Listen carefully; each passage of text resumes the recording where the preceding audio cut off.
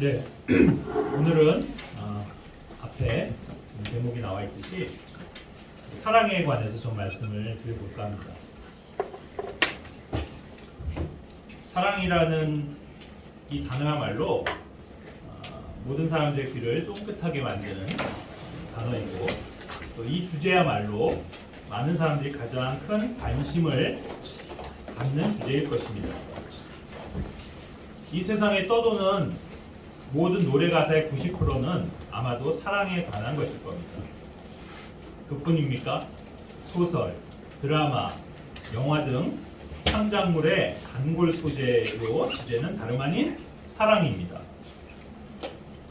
설사 그 작품의 장르가 액션물이나 스릴러 또 코믹물이라 할지라도 거기에도 남녀 간의 사랑이라는 양념을 치지 않으면 뭔가 밋밋하고 극적 효과가 반감되는 게 사실입니다. 이처럼 사랑이란 단어는 모든 세대에 어필하는 말이지만 특별히 이것처럼 청춘들의 마음을 설레게 하는 말도 또 없을 것입니다.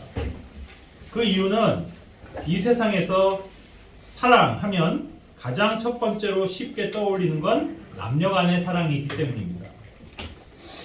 이 세상도 사랑을 여러 가지 종류로 분류하긴 하지만 뭐니 해도 남녀의 사랑만큼 관심을 받는 건 없을 겁니다. 그러다 보니 오늘날 이 사랑이라는 단어의 개념을 오직 이성 간의 사랑이나 육체적 사랑에만 집중해 사용함으로써 사랑의 왜곡된 인식이 자리 잡고 있음을 봅니다. 심지어는 성경을 읽는 그리스도인들마저 이 사랑이라는 단어와 개념을 정확하게 이해하지 못하는 현실입니다.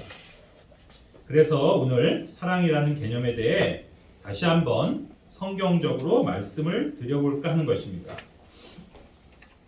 먼저 이 세상의 그 뿌리 깊은 인본주의 철학에 세뇌되어 있는 사람들은 사랑의 종류를 다음과 같이 나누고 있습니다. 여러분도 학교 다닐 때 다 들어봤을 겁니다. 그것은 아가페 사랑, 그 다음에 필리아, 또 에로스, 또 스토르게, 플라토닉 뭐 이런 말들입니다. 아가페 사랑은 거기 써 있는 대로 거룩하고 어떤 무조건적인 신적인 사랑, 즉 종교적이고 희생적인 사랑을 뜻하는 말이고, 필리아는 친구 간의 어떤 우정이나 동료애, 에로스는 다 아시는 것처럼 이성 간의 사랑, 또 육체적인 사랑, 그리고 스토르게는 그 혈족애, 즉 부모의 사랑, 그 다음에 플라토닉 사랑은 바로 에로스 사랑과 대비되는 정신적인 사랑이다. 뭐 이런 식으로 나눕니다. 그런데 이런 분류는 철학에서 온 것이지 성경에서 온 것이 아닙니다. 그런데도 오늘날 많은 교회 설교자들 역시 이런 철학을 쫓아 사랑에 관해 설교하는 것을 보게 됩니다. 하나님의 사랑은 아가페의 사랑으로서 뭐 어쩌고 저쩌고 하는 식으로 말입니다. 아마 다들 많이들 들어보셨을 겁니다. 은연중에 현대 교인들에게 이 아가페라는 헬라어를 친숙하게 만들었습니다. 결국 이런 기독교의 경향은 오늘날 히브리어나 헬라어의 권위를 내세우는 신학자들, 목회자들의 위상을 공고히 해주는 방편으로 사용되고 있습니다. 다시 말해 영어 킹제임스 성경의 권위를 깎아내리면서 자신들이 신봉하는 헬라어와 히브리어 또는 라틴어, 저들은 그것을 원어라고 부르는데요. 그런 언어들을 띄워 자신들만의 학구적인 카르텔 그룹을 형성하는 것입니다. 저는 그 그룹을 성직자라고 부릅니다. 다시 말해, 만일 여러분이 성경을 읽으면서 사랑이라는 단어를 만났을 때 그것이 아가페냐 필레오냐를 따지기 시작하는 순간 여러분은 성경의 계시라는 바다에서 오히려 표류하게 되고 혼돈의 소용돌이에 휘말려 저 바다 깊숙한 어둠 속으로 삼켜지고 말 것입니다. 흔히들 많은 목회자들이 설교할 때 하는 그 예를 제가 한번 들어보겠습니다.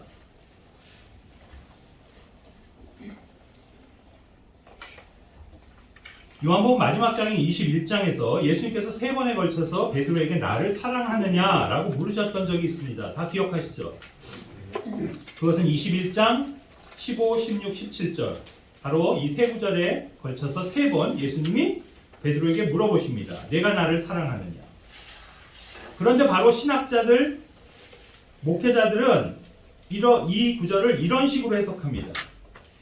예수님께서 나를 사랑하냐라고 물은 이 3번의 질문 중 2번은 아가페를 물으신 거고 1번은 아니었다는 겁니다. 즉 예수님께서 베드로에겐 무조건적이고 헌신적인 사랑으로서의 대답을 기대하면서 내가 나를 아가페 하느냐 물었지만 2번이나 베드로가 자신있게 대답하지 못한 나머지 결국에 3번째 내가 나를 친구로서 사랑하느냐의 의미인 내가 나를 필레오 하느냐로 물으실 수밖에 없었다. 이런 식으로 말입니다. 그러니까 첫 번째, 두 번째 질문, 즉 15절, 16절에서 말하는 사랑은 아가페고 마지막 세 번째 17절이 말하는 사랑은 필레오다. 이렇게 분류하는 겁니다. 물론 헬라어로는 그렇게 되어 있겠죠. 그러나 우리 성경은 그냥 다 러브입니다. 이게 뭔 말인지 아십니까? 이제 최종 계시로 주신 성경은 우리에게 더 이상 그것이 헬라어로 무슨 뜻이냐 아니면 히브리어로는 어떤 의미냐 그런 것에 집착할 필요가 없다는 겁니다. 내가 나를 사랑하느냐, love thou me, 뭐 현대식으로 얘기하면 do you love me? 라고 예수님이 베드로에게 물으셨을 때 그게 무슨 의미인지는 물어보신 예수님도 알고 대답하는 베드로도 알고 그 장면을 기록한 요한도 아는 거고 또 이 글을 읽는 우리 모두도 다 아는 겁니다. 아니, 너 나 사랑해? 라는 그 말을 왜 복잡하게 해석해야 하는 것이며 그것도 헬라어를 들먹이면서 여기서 말하는 사랑의 의미가 어떤 종류인지를 분석해야 하는 겁니까? 그러므로 이 대목에서 형제 자매님들 스스로에게 다시 한번 강조하셔야 하는 것은 왜 우리가 오늘날 헬라어나 히브리어 본문을 따르지 않고 영어 성경을 따르는 것이 중요한가 하는 그 점입니다. 그 결론을 단도직입적으로 말씀드리자면 우리가 신학의 길로 가느냐 아니면 믿음의 길로 가느냐를 결정짓는 문제가 바로 이것에 달려있다는 사실입니다. 자, 그렇다면 주제로 들어가서 사랑에 대해서 살펴보겠습니다. 첫 번째로 오해가 없으셔야 되는 점은 성경에서 사랑이라는 단어는 그 자체가 무조건 긍정적인 의미만은 아니라는 겁니다. 긍정적인 의미로 사용될 때도 있고 또 부정적인 의미로 사용될 때도 있다는 사실입니다. 이것은 우리가 성경 안에서 어떤 단어를 공부할 때 공통적으로 매우 중요한 요소가 됩니다. 다른 예들을 한번 말씀을 드려보자면 사랑과 대비되는 개념 중에 질투라는 단어가 있습니다. jealousy. 이 단어는 대부분 일반적으로 부정적인 의미로 다가옵니다. 그런데 성경 안에서 어떤 경우엔 부정적이기는커녕 이 단어가 너무나 긍정적인 나머지 거룩하게까지 느껴질 정도로 사용될 때도 있다는 사실입니다. 출애굽기 20장 5절입니다. 그것들에게 절하지 말고 그것들을 섬기지 말라. 나 주 곧 내 하나님은 질투하는 하나님입니다. 지금 뭐라고 하십니까? 우리의 거룩하신 하나님께서 질투하신다고 하십니다. 출애굽기 34장 14절에선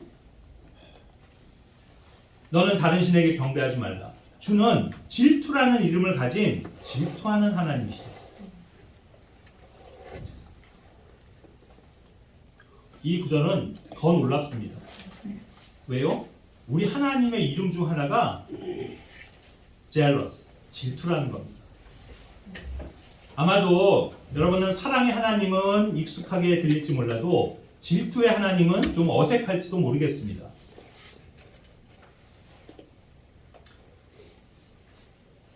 열왕기상 19장 10절에서는 선지자 엘리야는 자신이 주 하나님을 위하여 크게 질투했다고 고백합니다. 구약뿐 아니라 신약에 가서도 보면 로마서 11장 11절에 사도 바울은 유대인들의 질투를 유도하고 있습니다. 그리고 그 역시 고린도후서 11장 2절에서 보면 우리의 그 위대한 사도 바울은 지금 매우 많이 질투하고 있습니다. 보시는 바대로 질투는 나쁜 질투만 있는 게 아니라 하나님께 속한 좋은 질투도 있는 것입니다. 두려움이라는 단어 또한 마찬가지인데요. 단적으로 출애굽기 20장 20절은 우리가 갖지 말아야 하는 두려움이 있고 또 가져야 하는 두려움이 있음을 동시에 보여줍니다. 모세가 백성에게 이르되 두려워하지 말라. 너희를 시험하려고 하나님께서 임하셨나니 이것은 자신의 두려움을 너희 얼굴 앞에 두사 너희가 죄를 짓지 않게 하려 하십니다. 두려워하지 말라고 하시면서도 또 한편에서는 너희 앞에 두려움을 두라고 하시는 겁니다. 한마디로 말하면 성경은 우리가 두려워해야 할 대상이 있고 또 반대로 두려워하지 말아야 할 대상이 있다는 겁니다. 마태복음 10장 28절은 몸은 죽여도 혼은 능히 죽이지 못하는 자들을 두려워하지 말고 오직 혼과 몸을 다 능히 지옥에서 멸하시는 분을 두려워하라. 이 구절은 뭡니까? 사람은 두려워하지 말고 하나님은 두려워하라는 겁니다. 그러니까 역시 긍정적인 두려움이 있고 부정적인 두려움이 있는 겁니다. 그런가 하면 또 어떤 경우에 사람을 두려워하지 말아야 한다고 하면서도 또 어떤 사람들을 두려워하라고 그렇게 말씀합니다. 히브리서 13장 6절 사람을 두려워하지 않는다 라고 하시면서 또 에베소서 6장 5절에서는 어떤 자들에게는 두려워하라 이렇게 명령하고 있습니다. 이처럼 긍정적인 두려움이 있고 또 부정적인 두려움도 있습니다. 한 가지 더 보여드리자면 겸손도 마찬가지인데 겸손이라 해서 항상 긍정적인 경우만 있는 게 아닙니다. 골로새서 2장 18절에는 꾸며낸 겸손도 있다고 하십니다. 이것은 우리가 경계해야 하는 부정적인 의미로서의 겸손입니다. 이런 식으로 성경에는 긍정과 부정이 공존하는 단어들이 꽤 많이 있습니다. 이것은 마치 건전지에 플러스 전극과 마이너스 전극이 함께 있는 것과 같습니다. 그래서 사랑 또는 우리가 동사로 사랑하다라는 단어의 그 러브도 그 대상이나 방법 또는 태도, 여하에 따라 긍정적으로 사용될 때도 있고 부정적으로 사용될 때도 있습니다. 여기 성경 안에서 가장 유명한 구절이 있습니다. 바로 다 잘 아는 요한복음 3장 16절입니다. 다 함께 한번 읽어볼까요? 자신의 독생자를 주셨으니 이것은 누구든지 그를 믿는 자는 멸망하지 않고 영원한 생명을 얻게 하려 하십니다. 하나님께서 세상을 사랑했다고 하십니다. 자, 그런데 세상을 사랑하신 하나님께서는 정작 당신의 자녀들인 우리에게는 세상을 사랑하지 말라고 하십니다. 어디서요? 요한일서 2장 15절에서 이 세상이나 세상에 있는 것들을 사랑하지 말라. 누구든지 세상을 사랑하면 아버지의 사랑이 그 속에 있지 아니하다. 이것이 대체 어떻게 된 일입니까? 왜 하나님은 사랑하신 세상을 우리는 사랑해서는 안 되는 겁니까? 왜 하나님의 이 세상 사랑은 긍정적이고 우리의 세상 사랑은 부정적입니까? 그래서 바로 이 요한복음 3장 16절과 관련한 오늘날 기독교의 가장 큰 오해 중 하나를 이 시간 바로잡고 가도록 하겠습니다. 오늘날 많은 교회들이 이 구절을 내걸고서 하나님께서는 이 세상을 사랑하고 계신다라는 메시지를 전합니다. 즉 하나님은 당신을 사랑하십니다. God loves you. 또는 예수님은 여러분 모두를 사랑하고 계십니다. Jesus loves you all. 이런 식으로 외쳐댑니다. 하지만 이 말들은 결코 진실이 아닙니다. 하나님은 세상을 사랑하지 않습니다. 이 구절 요한복음 3장 16절도 그렇게 말하고 있지 않습니다. 이 구절에서 하나님이 지금 세상을 사랑한다고 하셨습니까? God loves the world. 이렇게 말씀하셨나요? 아닙니다. 거기 보시면 God so loved the world. 과거로 말하고 있습니다. 현재 사랑한다는 말이 아닙니다. 과거에 사랑했습니다. 그렇다면 그것은 언제고 또 무엇입니까? 바로 거기 so 그리고 그것이 말하고 있는 바는 뒤에 that 이하의 구절입니다. that 이하가 무엇입니까? That he gave his only begotten son. 자신의 하나밖에 없는 아들을 주신 것입니다. 그것이 하나님이 세상을 사랑한 것입니다. 즉 하나님께서 그분의 독생자를 세상에 주신 것이 세상을 사랑한 것입니다. 그러므로 하나님은 그 아들을 한 번 주셨기 때문에 세상을 단 한 번 사랑하신 겁니다. 그렇습니다. 하나님의 사랑이 무엇입니까? 그건 바로 그 아들 예수 그리스도를 주신 것입니다. 사랑은 여기 있으니 곧 우리가 하나님을 사랑한 것이 아니요 오직 하나님께서 우리를 사랑하사 자신의 아들을 보내시고 우리의 죄들로 인한 화해 헌물로 삼으신 것이라. 요한일서 4장 10절. 이것이 하나님의 사랑이고 오리지널 사랑의 정의이고 완전한 사랑입니다. 다시 말해 예수 그리스도를 주신 것은 완전한 하나님의 사랑이기에 그 한 번으로 족하고 충분한 것입니다.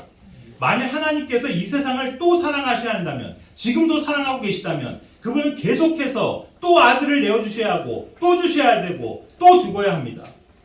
그러나 그렇게 할 필요가 없는 것은 그 사랑은 완전히 충족되었기 때문입니다. 그런데도 아직도 어떤 사람들에게는 이 하나님의 사랑이 완전하게 충족되지 못하고 있습니다. 왜 그렇습니까? 그 이유는 그들이 하나님의 사랑을 거부하기 때문입니다. 이 말의 의미는 지금도 여전히 하나님께서 그들을 사랑하고 계시다는 뜻이 아닙니다. 이미 이 세상을 향한 하나님의 사랑은 나타났고 끝난 것입니다. 그 완료되고 완성된 하나님의 사랑이 로마서 5장 8절에서처럼 우리에게 사람들에게 제시되고 있지만 사람들이 그것을 받아들이지 않고 있는 것뿐입니다. 로마서 5장 8절은 우리가 아직 죄인 되었을 때 그리스도께서 우리를 위하여 죽으심으로 하나님께서 우리를 향한 자신의 사랑을 지금 커맨드한다. 네? 여기 당당히 제시한다 이렇게 번역을 했는데 영어로 커맨드입니다. 커맨드가 뭐예요? 제시하고 좀 더 발전시키면 추천하는 겁니다. 지금은 하나님의 사랑을 사람들에게 그것을 전해주고 제시하고 추천하는 것이지 지금 하나님이 사람들을 사랑한다? 그런 뜻이 아닙니다. 확실한 것은 더 이상 하나님께서 이 세상을 사랑하지 않는다는 것입니다. 그래서 만약 지금도 하나님께서는 이 세상을 사랑하고 계신다고 말한다면 조금 전에 확인했던 것처럼 성경에는 모순이 발생하게 되는 겁니다. 즉 앞서 본 요한일서 2장 15절에서 하나님께서는 사랑하시는 이 세상을 우리 보고는 사랑하지 말라고 말씀하는 것이 되기 때문입니다. 만약에 우리가 세상을 사랑한다면 우리 속에 하나님의 사랑이 없다고 하시면서 여전히 하나님은 이 세상을 사랑하신다? 어딘가 말이 이상하지 않습니까? 그리고 요한복음 3장 16절을 지금도 하나님이 이 세상을 사랑하신다라는 그런 의미로 받아들인다면 불과 그것에서 몇 구절 지나지 않아서 나오는 같은 장에 나오는 요한복음 3장 36절에서는 그 세상 사람들 위로 하나님의 진노가 임해 있다라고 그렇게 말씀하십니다.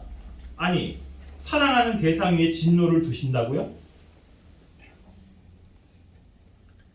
자, 이렇게 말하면 어떤 사람들은 이렇게 말합니다. 요한복음 3장 16절에서 말하는 세상과 요한일서 2장 15절에서 말하는 세상은 다른 것이다.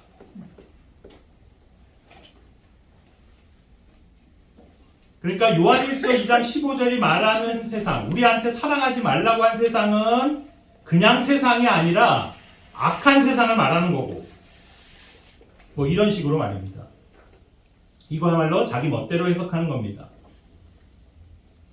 그리고 하나님이 사랑하시는 그 요한복음 3장 16절에서의 세상은 그 속에 구원받아야 하는 불쌍한 죄인들을 의미하는 것이다. 이렇게 말합니다.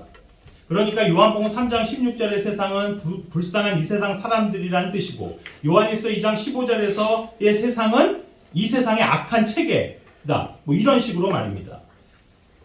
그야말로 기가 찬 성경 해석이고 자기 멋대로 좋은 대로 해석하는 참 편리한 방법입니다. 하지만 요한복음 3장 16절이 말하는 세상과 요한일서 2장 15절이 말하는 세상은 동일한 세상입니다. 바로 우리가 살고 있는 이 세상입니다. 이 세상에서는 악한 부분이 따로 있는 것이 아니라 세상 자체가 악하다고 성경은 말합니다. 갈라디아서 1장 4절에 우리를 이 악한 현 세상에서 건져내셨다.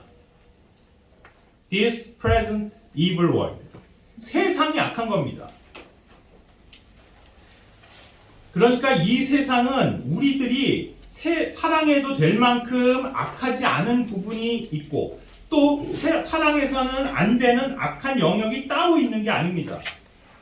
이건 마치 교회 안에는 마귀가 없고 마귀는 그저 저 술집이나 클럽에 있는 거라고 생각하는 것과 같습니다. 성경은 세상이 악하고 세상을 사랑해서는 안 된다고 말씀합니다. 더 나아가 세상에 있는 것들도 사랑하지 말라고 하십니다. 세상에 있는 것들이라 함은 당연히 세상 사람들도 포함되는 것입니다. 그런데도 이 세상에 있는 악한 죄인들을 하나님께서 사랑하신다고요? 하나님께서는 죄는 미워하시되 죄인은 미워하지 않으신다는 그 해교한 말을 도대체 누가 지어낸 겁니까? 아닙니다. 하나님은 죄도 미워하시지만 죄인도 미워하십니다.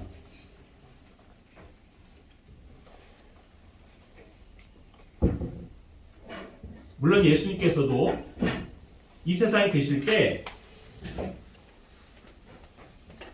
어떤 사람들을 사랑하셨다라고 표현되어 있는 것들이 있습니다. 그러나 죄인들을 사랑하셨다는 말은 없습니다.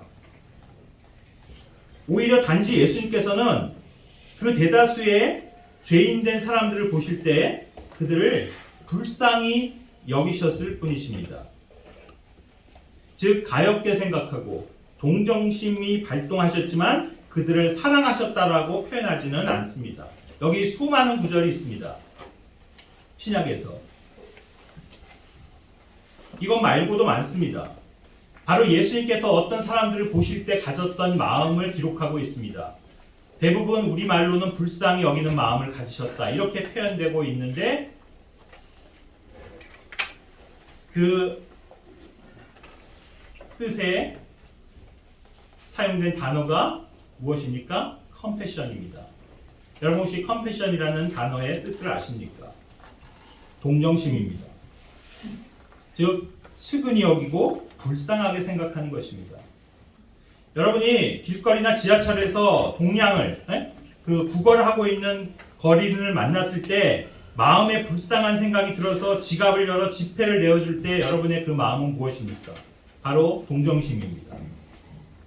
그렇다고 여러분이 그를 사랑합니까? 아닙니다. 그것은 사랑이 아닙니다.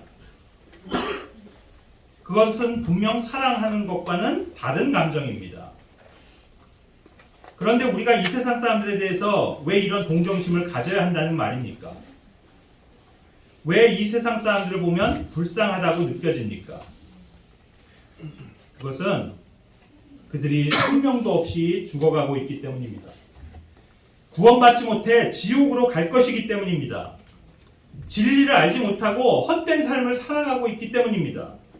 그러므로 우리도 세상 사람들을 대할 때 그들을 불쌍히 여기고 동정심이 생기는 것입니다. 말씀드린 대로 물론 성경에서는 예수님께서 사랑하셨다라고 표현된 사람들이 있습니다.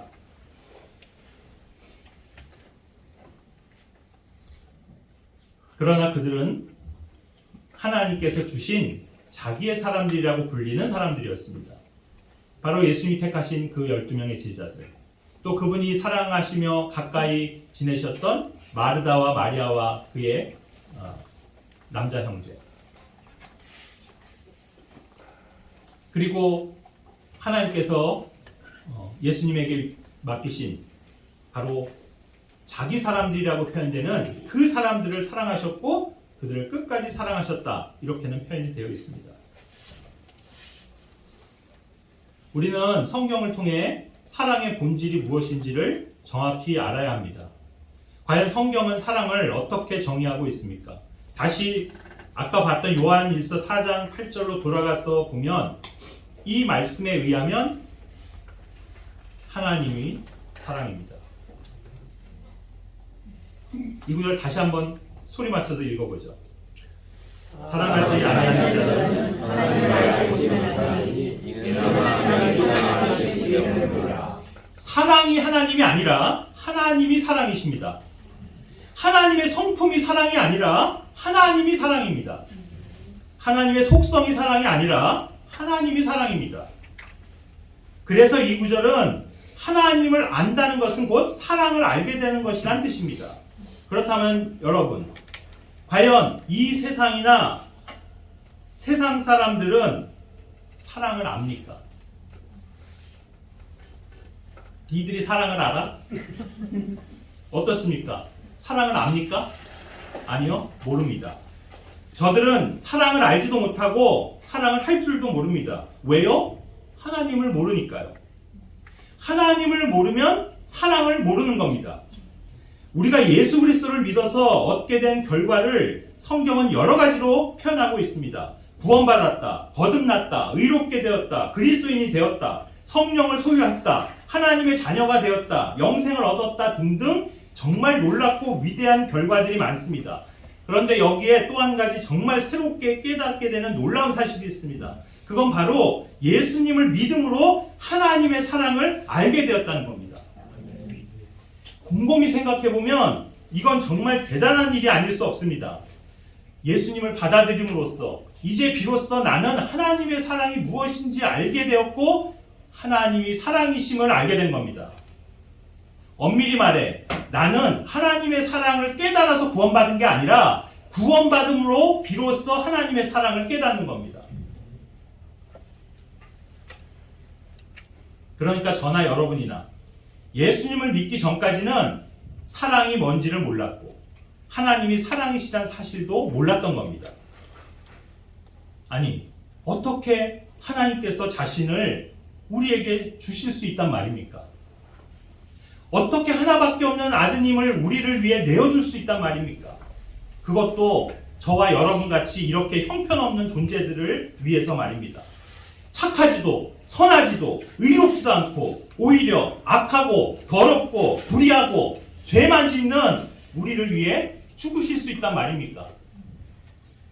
어떻게 내가 가야 하는 지옥을 나를 대신해 가실 수가 있단 말입니까? 형제 자매님들은 예전에 이런 걸 아셨습니까? 이런 분이 하나님이시고 이것이 사랑이라는 걸 아셨습니까? 저는 이제야 알게 되었습니다. 다시 말해 하나님께서 그 아들 예수 그리스도를 주셨다는 사실을 알았을 때 비로소 하나님을 알았고 사랑을 알았으며 하나님이 사랑이심을 안 겁니다.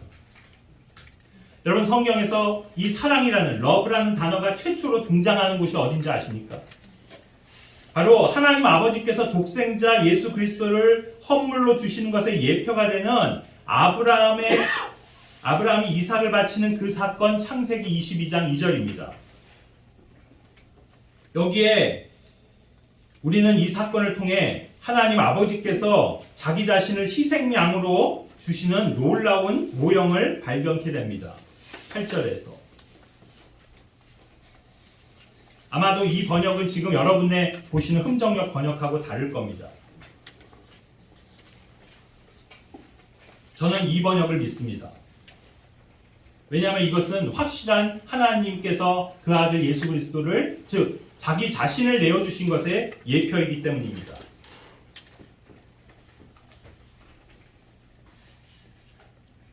자, 여기 성경에 사랑을 정의하는 이른바 평행 구절이 있습니다. 놀랍게도 그것은 동일한 사람에 의해 기록되었고, 또 성령님께서는 친절하시게도 우리가 그것을 쉽게 각인할 수 있도록 그 구절의 숫자까지 통일시켜 주셨습니다. 바로 요한복음 좀 전에 봤던 3장 16절과 바로 요한일서 3장 16절입니다.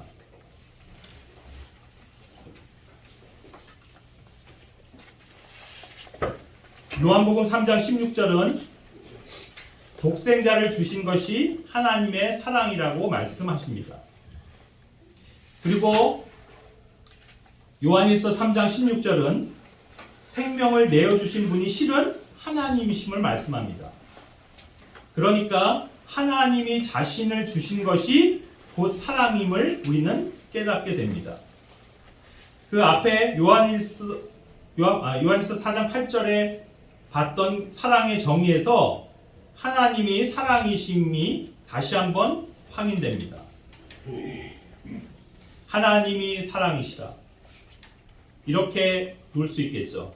하나님 이꼴 사랑. 그렇다면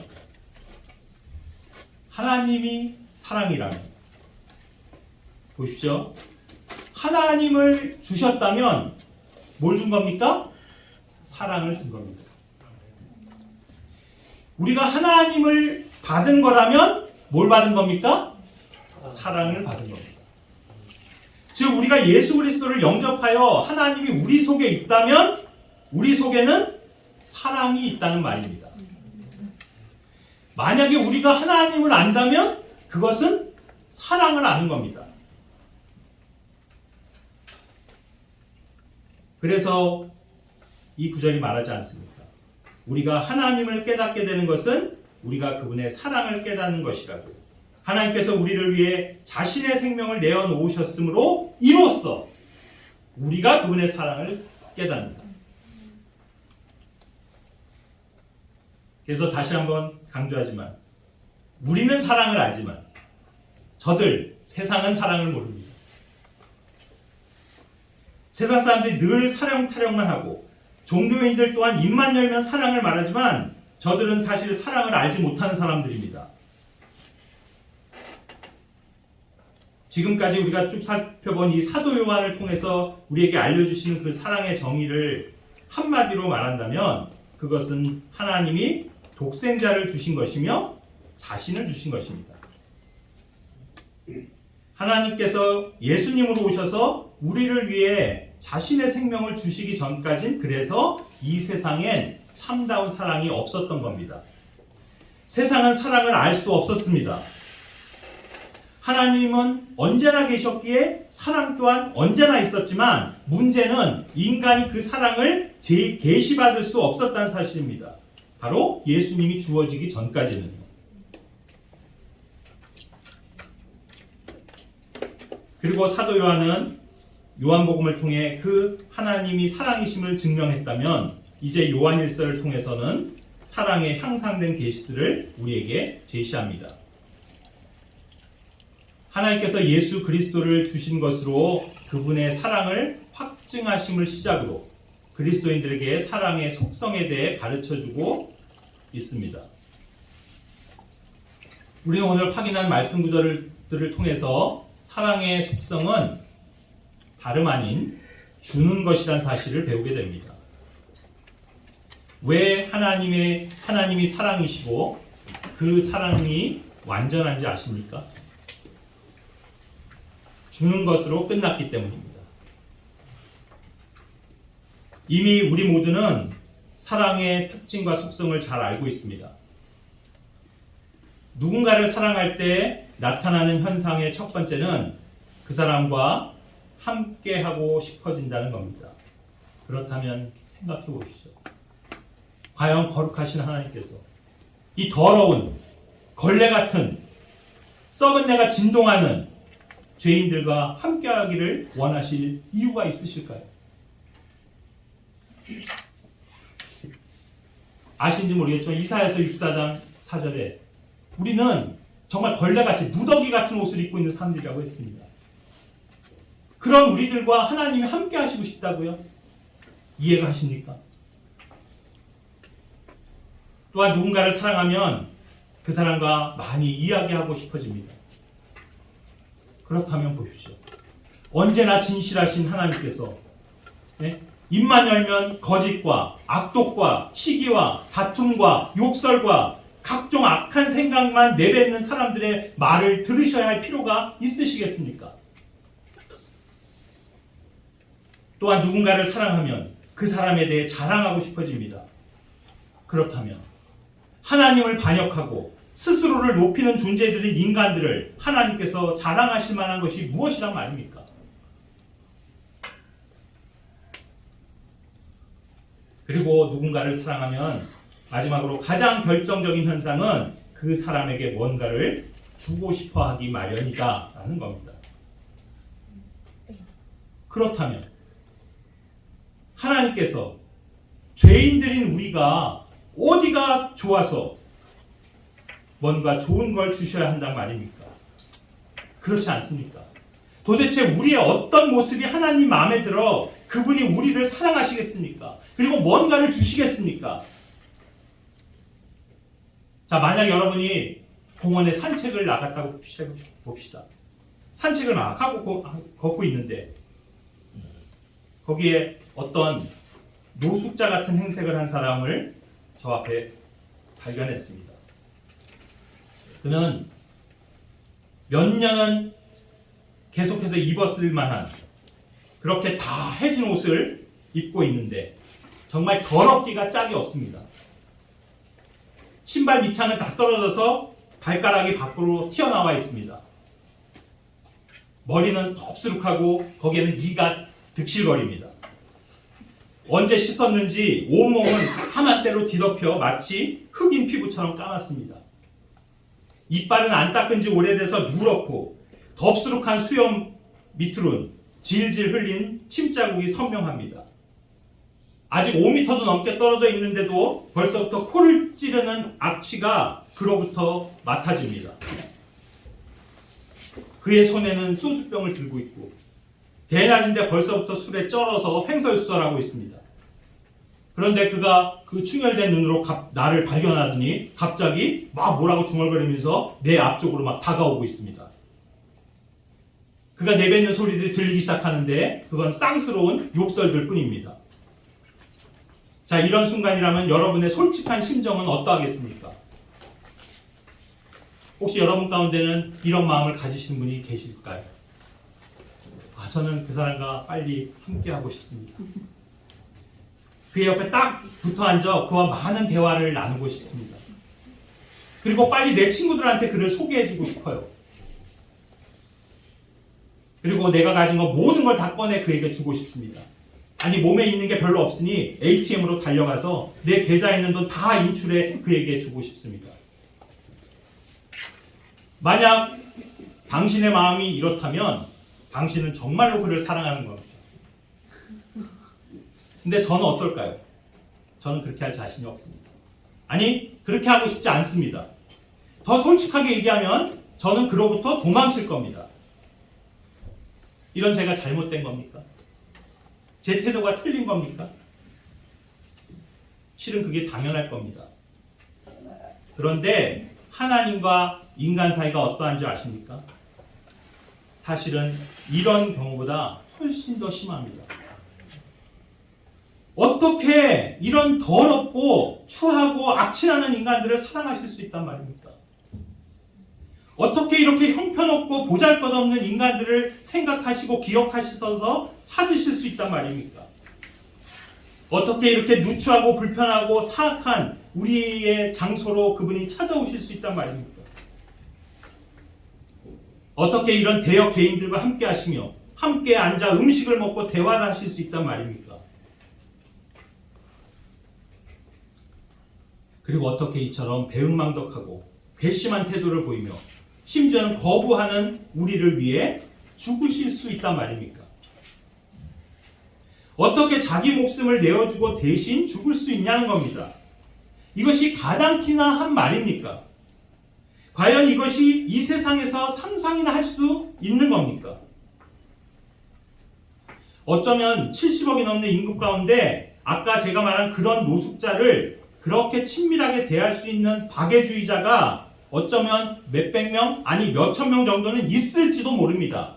그러나 단언컨대 그를 위해 죽을 수 있는 사람은 단 한 사람도 없습니다.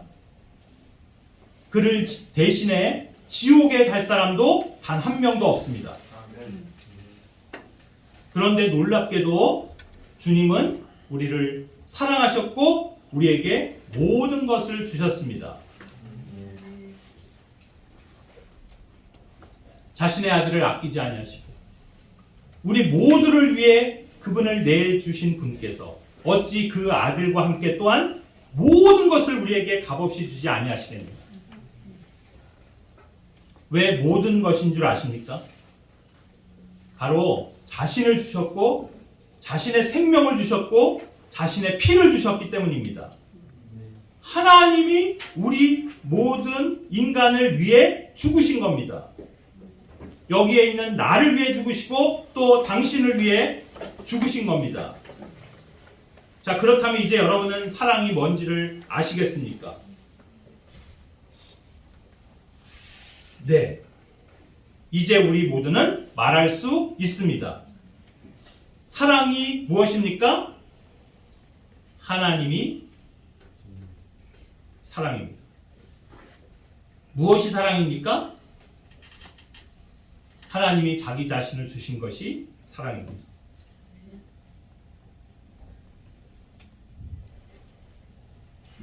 당신 속에 그 하나님이 지금 계시다면 당신은 또한 그 사랑을 받은 사람입니다. 꼭 여러분 가운데 하나님은 나를 사랑하지 않으시나 봐요 라고 하는 사람이 있을지 모르겠습니다. 묻습니다. 당신은 무슨 근거로 그렇게 말씀하십니까? 나는 왜 이렇게 키가 작은지 모르겠어요. 하나님이 나는 사랑하지 않나 봐요. 하나님은 키 작은 당신을 위해 죽으셨는데요. 나는 왜 이렇게 뚱뚱한 건가요? 하나님이 나를 사랑하시지 않는 것 같아요. 하나님은 키 작고 뚱뚱한 당신을 위해 죽어주셨는데요. 하나님이 왜 이렇게 날 못생기게 만드셨는지 몰라요. 그런 거 보면 하나님이 나를 사랑하지 않으시나 봐요. 하나님은 키 작고 뚱뚱하고 못생긴 당신을 위해 죽으셨는데요. 하나님 왜 저한테 이런 몹쓸병을 주셨을까요? 그건 저를 덜 사랑하는 거 아닐까요?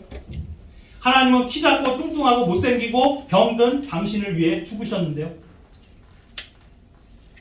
하나님, 저를 왜 이렇게 가난하게 하셨습니까? 저를 정말 사랑하시는 게 맞나요? 하나님은 키 작고 뚱뚱하고 못생기고 병들고 가난한 당신을 위해 죽으셨습니다. 뭘 더 말할까요? 뭘 더 말씀하고 싶으십니까?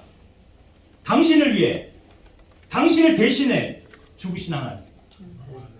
이보다 더 큰 사랑이 무엇입니까? 과연 사랑의 정의가 무엇입니까? 하나님이 사랑이십니다. 하나님께서 그 아들 예수 그리스도를 죽음에 내어주신 것이 사랑입니다. 그리고 그것은 사실 하나님 자신을 우리에게 주신 것입니다. 바로 그것이 사랑입니다. 여기 계신 모든 분들은 그 사랑을 아십니까? 오늘 처음 오신 재영이 친구분은 그 사랑을 알아요? 혹시 하나님이 사랑이라는 것을 아셨습니까? 몰랐을 수도 있습니다. 괜찮습니다. 오늘 아셨기를 바랍니다. 바로 하나님이 우리 재영 친구분 이름 뭐라 그러죠? 인혁이요. 인혁 씨를 위해서 자신을 내어주셨고 자신이 인혁 씨를 대신해서 죽으셨고 인혁 씨를 대신해서 지옥에 다녀오셨습니다. 바로 그것이 하나님의 사랑입니다. 오늘 우리는 하나님의 사랑, 그리고 그 사랑의 본질적인 정의가 뭔지를 생각해 봤는데, 다음 시간에는 이제 그 하나님의 사랑이 아닌 우리 인간들의 사랑이에요. 다시 말하자면 우리가 하나님을 사랑하는 것이나 또 사람 간의 사랑에 대해서 말씀을 드릴까 합니다. 오늘은 정도 마치겠습니다. 기도하겠습니다.